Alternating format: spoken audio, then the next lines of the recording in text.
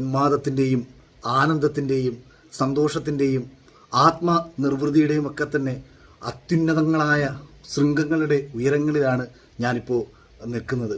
കാര്യം ഞാൻ രാവിലെ എണീറ്റ സമയത്ത് എനിക്ക് 1-2 യൂട്യൂബ് ലിങ്കുകൾ എൻ്റെ സുഹൃത്തുക്കൾ അയച്ചു തന്നു. അളിയൻ കേട്ടിരുന്നോ, സീക്രട്ട് ഏജൻറ്റ് അളിയനെക്കുറിച്ച് ഇതാ പറഞ്ഞിരിക്കുന്നു. ഞാൻ ഒരു നിമിഷം ഒന്ന് സംശയിച്ചു.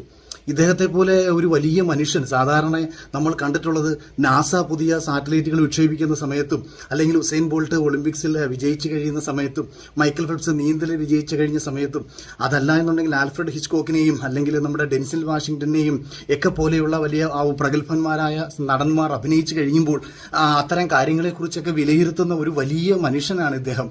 ഇദ്ദേഹത്തെ അറിഞ്ഞുകൂടാത്ത വിഷയങ്ങളൊന്നുമില്ല. അപ്പം ഇദ്ദേഹത്തെ പോലെ ഒരാൾ വളരെ സാധാരണക്കാരനായ എന്നെക്കുറിച്ചൊക്കെ പറയുമോ? ഞാൻ എന്തായാലും പുറത്ത് നിൽക്കുന്ന സമയത്താണ് ഇത് കേട്ടത്. ഞാനത് കേട്ട സമയത്ത് അദ്ദേഹത്തിൻ്റെ ശബ്ദം കേട്ട മാത്രയിൽ